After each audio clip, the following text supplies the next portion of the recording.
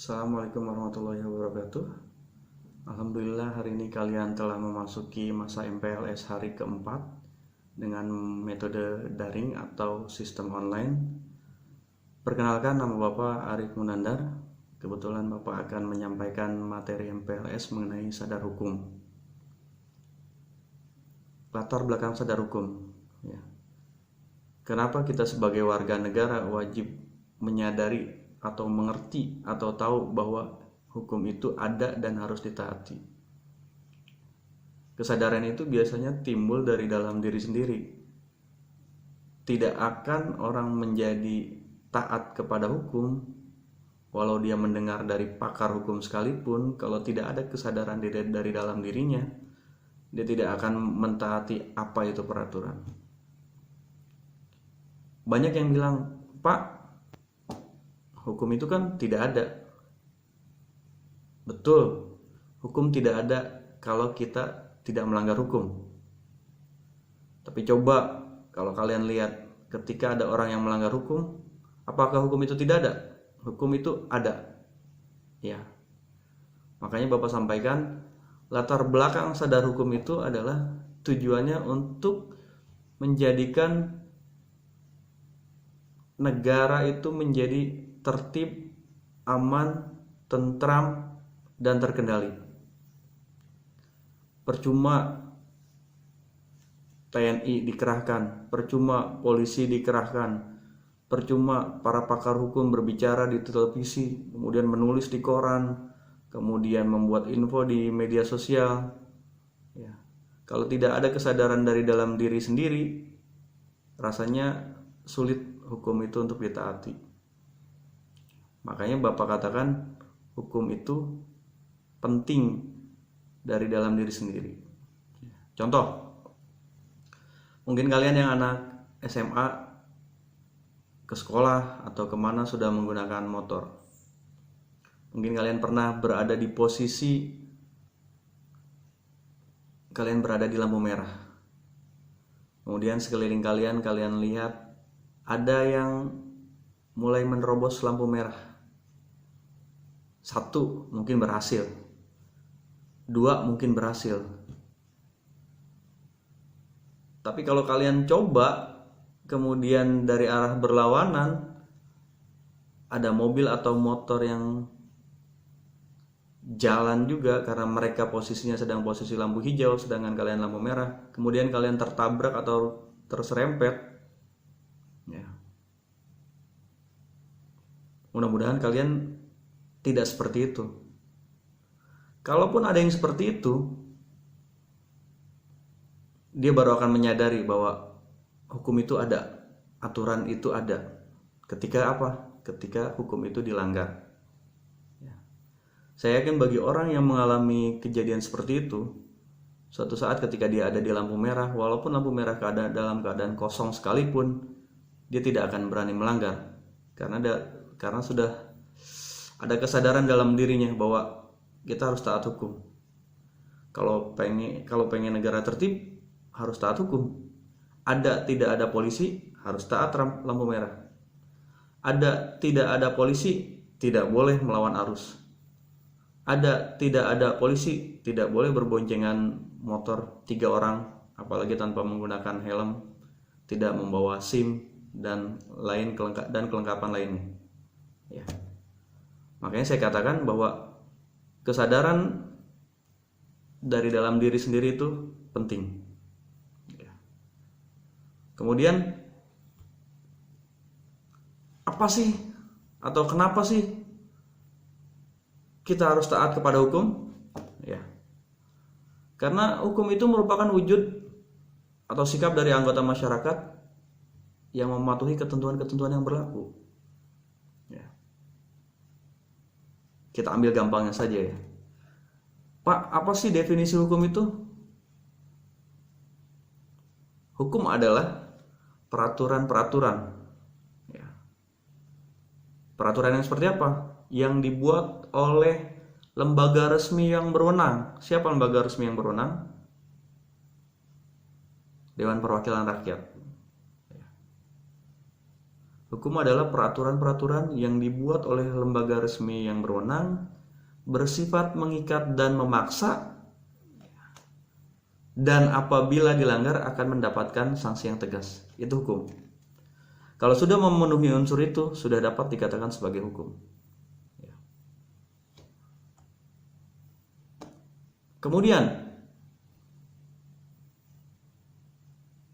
apakah setiap orang yang melanggar hukum pasti dihukum? Pasti. Ya. Apakah kalian harus membuktikan lagi bahwa, Pak, saya mau tahu hukum itu ada atau tidak dengan cara melanggar hukum misalnya? Ya. Pokoknya percaya saja yang saya katakan bahwa hukum itu ada. Hukum terasa tidak ada, mungkin iya. Ketika kapan? Ketika kita tidak melanggar hukum. Tapi ketika kita melanggar hukum, hukum itu ada. Ya. Dalam kehidupan bermasyarakat, berbangsa, dan bernegara, ya, sadar hukum itu harus ditimbulkan yang pertama dari dalam diri sendiri. Kemudian ketika kita sudah mendapatkan kesadaran hukum dari dalam diri kita sendiri, kemudian kita akan bergaul di masyarakat. Apa Pak yang mencerminkan perilaku kita di masyarakat sebagai warga negara yang sadar hukum? Yang pertama misalnya, menjaga nama baik lingkungan masyarakat. Ya. Tidak boleh kita berbuat atau melanggar hukum, karena ketika kita melanggar hukum bukan di lingkungan kita, pasti kita akan ditanya di mana rumahnya. Ketika kita sudah ditanyakan itu, berarti masyarakat kita juga terganggu oleh tindakan kita yang melanggar hukum, walaupun kita melakukan tindakan hukumnya di luar masyarakat kita. Mungkin perilaku yang mencerminkan sikap sadar hukum berikutnya adalah menghormati sesama warga masyarakat. Tadi seperti saya katakan, mungkin pada saat kalian sedang berkendara, ya, mungkin kalian akan bertemu dengan pertigaan atau perempatan, ya. Orang yang terlebih dahulu dipersilakan jalan terlebih dahulu, ya. Kalau di Indonesia kalian tahu sendiri lah ya. Kalau ada orang bertemu di jalan dengan sambil berkendara, kemudian dia lewat, biasanya bukan saling mengalah, saling duluan. Ya. Biasanya yang keluar itu cacian makian. Nah, itu yang harus kalian hindari. Makanya di sini dikatakan perilaku di masyarakat yang mencerminkan sikap sadar hukum adalah menghormati sesama warga negara, menghormati sesama pemakai jalan. Ya. Apalagi Pak, kalau yang mencerminkan kehidupan atau yang mencerminkan kesadaran hukum di lingkungan masyarakat, ya misalnya dengan taat dan patuh terhadap peraturan yang ada. Ya. Mungkin di lingkungan kalian ada apa istilahnya, siskamling. Ya kalian ikutlah itu. Ya. Apalagi Pak, mungkin kalian tidak bertindak di luar norma ya. Mungkin misalnya jam 12 malam kalian membunyikan petasan, ya berarti kan itu melanggar norma di kehidupan di masyarakat. Atau mohon maaf, ya misalnya kalian membawa teman wanita ke rumah dengan alasan kerja kelompok, ya kalau ada orang tua kalian di rumah ya tidak apa-apa.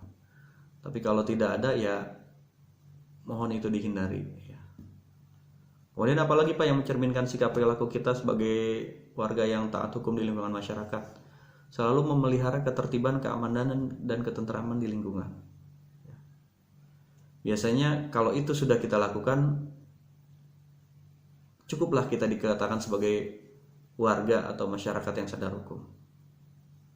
Kemudian di mana lagi kita harus menerapkan kesadaran kita selain di masyarakat? Ya. Tentunya sebagai warga negara yang baik. Sebagai warga negara yang baik, kalian ada di lingkungan sekolah. Ya. Apa yang harus kalian lakukan sebagai warga negara yang baik, yang sadar akan hukum yang berlaku di lingkungan sekolah? Mungkin kalian nanti akan sering bertemu dengan saya, dengan Pak Anhari Akso dengan Pak Ustadz Sumaryo di gerbang sekolah. Ya. Biasanya di sana mungkin akan terjadi pelanggaran, mungkin pakaianlah tidak dimasukkan, atau mungkin ada yang berkendara membawa kendaraan dengan knalpot yang bising, ya. Atau masih ada rambutnya yang gondrong, ya. Ketika masuk, karena pembelajarannya online, ketika masuk rambutnya masih panjang, ya. Itulah yang harus kalian hindari, ya. Ketika kalian masuk, kalian sudah menandatangani tata tertib yang dibuat oleh sekolah, orang tua kalian tahu, orang tua kalian baca dan ditandatangani di atas materai. Ya. Apa salah satunya? Ya, kalian harus mentaati semua peraturan yang ada di lingkungan sekolah, dari A sampai Z. Ya. Kalau sebagai pelajar yang baik, ya kalian harus taat, ikutin pelajaran. Pelajaran itu sistemnya satu paket. Tidak ada pelajaran yang saya suka yang ini, saya tidak suka yang ini. Saya hadir di pelajaran yang ini, tapi saya tidak suka di pelajaran ini, kemudian saya bolos di pelajaran ini. Ya, tidak seperti itu. Itu namanya belum mempunyai kesadaran hukum di lingkungan sekolah. Yang saya katakan tadi adalah disiplin belajar. Kemudian apalagi yang mencerminkan bahwa kita sudah sadar hukum di lingkungan sekolah? Biasanya setiap Senin pagi kita akan mengikuti upacara bendera, ya. Biasanya saya dan Pak Ustadz Sumaryo akan berteriak-teriak menggunakan mic. Yang di lantai 2, yang di lantai 3 segera berbaris di lapangan. Ketika kalian sudah mempunyai kesadaran hukum, hal-hal yang seperti itu sepertinya sudah tidak harus kami lakukan lagi.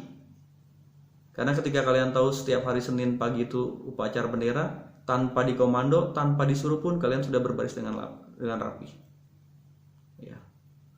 Apalagi Pak kalau di lingkungan sekolah, ya mungkin kalian, sekolah kita ini kan terletak di perumahan, ya. Ya. Mungkin kalau kalian menyeberang harus lihat kiri kanan. Jangan mentang-mentang pulangnya terburu-buru kemudian tanpa lihat kiri kanan, nah nanti mengakibatkan kecelakaan. Ya. Kemudian apalagi di lingkungan sekolah, tidak membuat resah lingkungan di masyarakat sekolah. Misal ada yang membawa barang-barang yang tidak semestinya kalian bawa di sekolah, atau kalian mempunyai, mohon maaf, hal-hal yang melanggar asusila, ya, misalnya di handphonenya ditemukan video-video yang tidak pantas yang dimiliki oleh anak sekolah. Itu di lingkungan sekolah. Tadi setelah kita sadari dari dalam diri, kemudian kita terapkan di masyarakat, kemudian kita aplikasikan juga di sekolah sebagai siswa, ya. Kemudian di mana lagi? Ya. Sebagai warga negara yang baik, tidak lupa keluarga, ya. Karena pendidikan pertama yang kalian dapat adalah dari keluarga kalian. Apa Pak contohnya sikap sadar hukum di lingkungan keluarga? Ya. Ini penting. Yang pertama, selalu menjaga nama baik keluarga. Orang tua kita mungkin tidak akan meminta apapun dari kita. Minimal kita jaga nama baik keluarga kita. Atau misalnya di dalam keluarga itu punya aturan yang berlaku. Nah, kalau kamu misalnya jam sekolah, mungkin kalau ingin main jam 9 sudah harus pulang. Mungkin hari Sabtu dan hari Minggu kalian mungkin dikasih kelonggaran, jam 10 harus sudah ada di rumah. Itu harus kalian ikuti, ya. Kalau itu kalian langgar, berarti kalian belum punya kesadaran hukum di lingkungan keluarga, ya. Apalagi Pak di lingkungan keluarga, ya misalnya kalian punya fasilitas di keluarga, misalnya punya kendaraan bermotor, ya dirawatlah dengan baik. Dilihat pajaknya masih hidup atau sudah terlewat, ya. Itu bagian dari sikap sadar hukum di lingkungan keluarga. Atau orang tua ketika menasehati kalian, ya diikutilah dengan baik. Kemudian kalian juga harus menghormati sesama anggota keluarga. Kalau kalian berada di posisi anak tertua, ya sayangilah adik kalian, hormatilah orang tua kalian. Kalau kalian posisinya ada di sebagai anak yang paling muda, ya hormatilah kakak kalian, hormatilah orang tua kalian. Itu salah satu kesadaran hukum di lingkungan keluarga. Sudah kalian menyadari sendiri dari dalam diri, kalian terapkan di lingkungan masyarakat, kemudian kalian terapkan lagi di lingkungan sekolah, kemudian kalian terapkan lagi di lingkungan masyarakat, ya. Kemudian kalian terapkan lagi di lingkungan keluarga. Apalagi di mana lagi kesadaran hukum itu kalian perlu terapkan? Di lingkungan yang lebih besar lagi. Apa itu? Lingkungan bangsa dan negara. Ya. Apa sih Pak salah satu bentuk kesadaran hukum di lingkungan bangsa dan negara? Ya. Salah satunya mungkin kalian dengan taat pajak. Ada istilah orang bijak taat pajak. Ya, kita cari istilah lain saja ya. Orang sadar hukum, dia bayar pajak. Ya. Banyak orang yang entah tidak sadar atau entah tidak tahu, atau dia tahu tapi disengaja ya. Mungkin ada yang motornya tidak dibayar pajak selama 1 tahun, 2 tahun, 3 tahun mungkin, atau sejak membeli motor tidak pernah bayar pajak. Ya. Apalagi misalnya kita saling menghormati antar sesama warga negara. Ya. Tidak mentang-mentang seseorang itu punya jabatan yang tinggi, tidak mentang-mentang dia punya kedudukan yang bagus, tidak mentang-mentang dia punya kekuasaan yang besar, dia bisa seenaknya di lingkungan negara ini. Tidak ya. Karena dalam hukum itu, hukum tidak pandang bulu ya. Siapa yang salah, dia bisa ditindak secara hukum. Ya. Kemudian apalagi? Harus taat terhadap peraturan-peraturan yang dikeluarkan oleh negara. Apalagi di masa pandemi ini, mohon maaf. Ya. Kebijakan-kebijakan yang dikeluarkan oleh pemerintah, kita sebagai warga negara layaknya dan wajibnya kita ikuti. Ya. Apa susahnya bermasker? Ya. Apa susahnya cuci tangan? Misal di sekolah saja sudah kita siapkan. Sebelum masuk cuci tangan. Ya. Kemudian yang tidak bermasker, mohon bermasker. Jadi apapun yang dikeluarkan peraturan oleh pemerintah, baik pemerintah pusat, pemerintah daerah, ya harus kita taati dengan baik. Tadi apa? Kalau bisa kita rangkum, kenapa kita perlu sadar hukum? Untuk menciptakan ketertiban di masyarakat, bangsa dan negara. Ya, kemudian kesadaran hukum kita timbulkan dari dalam diri kita, kemudian kita aplikasikan di masyarakat, kemudian kita aplikasikan di sekolah, kemudian jangan lupa karena pendidikan awal kita sebelum di sekolah adalah di keluarga, kemudian yang terakhir sadar hukum di lingkungan masyarakat, bangsa dan negara. Ya. Mungkin itu saja dari saya. Harapan saya kalian bisa sadar hukum secara sadar, sesadar-sadarnya. Ya. Kebetulan saya mengajar pendidikan kewarganegaraan. Tujuan dari pendidikan kewarganegaraan adalah menjadikan warga negara yang baik dalam segala hal. Baik perilakunya, baik taat hukumnya, baik sikapnya, ya, baik dalam segala hal. Mungkin itu saja materi tentang sadar hukum dari saya. Mungkin kalian bisa ulang kembali materi-materi dari saya untuk mengingat kembali. Mungkin nanti ada pertanyaan-pertanyaan, silahkan dijawab. Terima kasih. Assalamualaikum warahmatullahi wabarakatuh. Tetap jaga kesehatan, jangan lupa cuci tangan. Sampai bertemu nanti setelah pandemi berakhir. Assalamualaikum.